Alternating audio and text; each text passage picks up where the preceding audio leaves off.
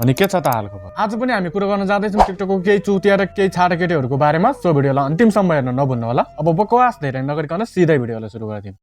चलो भाइ देखो अब मैं क्या करता हूँ।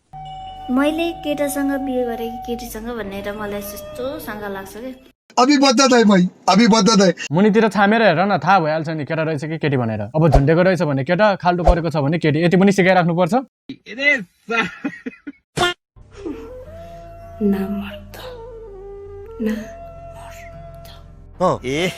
रहा नहीं जाता, तड़प ही ऐसी है ना। अब के सुतिरहेको, उठेर दुई चोटि बजाइदियो त गालामा। अरू भने त्यस्तै हो, बुढीले गर्दा गाउँमा इज्जत नहुने भयो तेरो। दुनियाँको अगाडि नामर्द घोषणा गरिसक्यो। अनि अब त बाटोमा जसले भेटे पनि कता गएर आइस नामर्द भनेर सोध्छन् होला।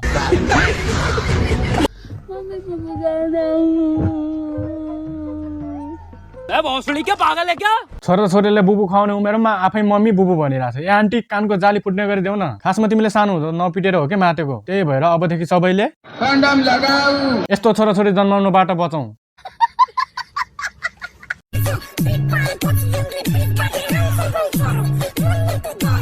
ए बहिनी, तिम्रो सुत्नु अझै ठिक भएको छैन? पहिला भन्दा पनि अझ धेरै बढारेको जस्तो छ त। अब मैले पहिला नै मेन्टल हस्पिटलतिर देखाउन जाऊ भन्दा मानेनौ। अब शरीरभरि फैलिएर नाक मुख चाक सबै बटारेर थाहा पाउँछौ जाँठी।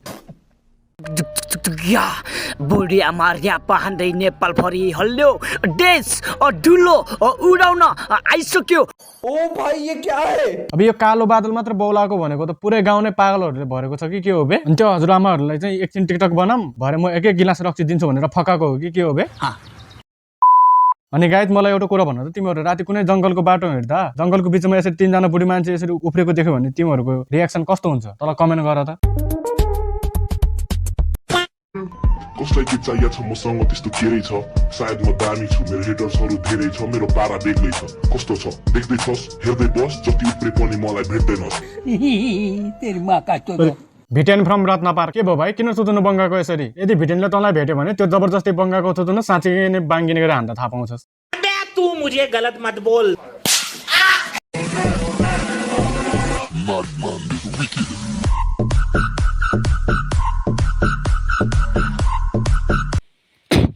जिन्दगी अब यसलाई भन्छ गाईको अनुहार परेको गोरु। यिनीहरूले डान्सदेखि फेसनसम्म केटीहरूको कपी गरिसक्यो। तै अलिकति थुत्नु पनि केटीहरूको कपी गरेको भए भइहाल्थ्यो नि। थुत्नु हेर, पशुपतिको बाँदर भन्दा पनि खत्तम रहेछ। आज यसो जंगलतिर घाँस काट्न आएको हेर्नुस् त, के चीज हो यो तपाईलाई थाहा छ?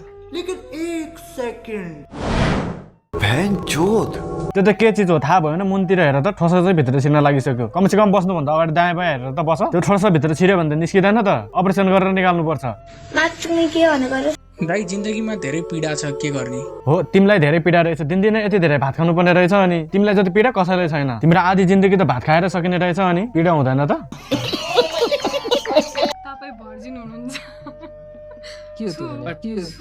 भर्जिन भनेको एउटा रक्सी हो कि? त्यही रक्सी छ कि नाइ भनेर सोधेको होला नि। अच्छा, हमको सिखा रिया है।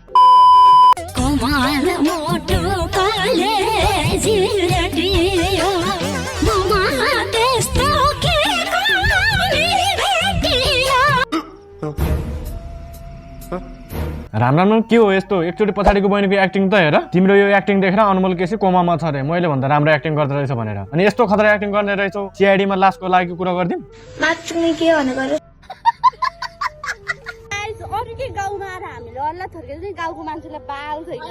गाउँलेले हेर्दा भुराहरू खेलेको जस्तो देख्यो होला, अनि त्यही भएर केही नभनेको होला नि। अनि गाउँलेहरूले भन्नु पर्थ्यो नि हामी ग्याङस्टर हो भनेर। अनि त्यसपछि त्यहाँको मान्छेहरूको रियाक्सन यस्तो हुन्थ्यो।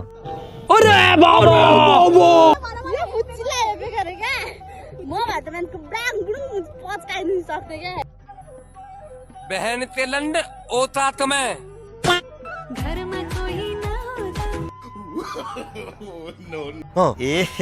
रहा नहीं जाता, तड़प ही ऐसी है ना। ए बानी त कडा रहेछ त नानीको। एक्लै एक्लै के हेर्छौ? साथी चाहियो भने भन, छटन्नै केटाहरू। हाम्रो केटाहरू पनि साथी नभएर एक्लै हेरिरहेछन्।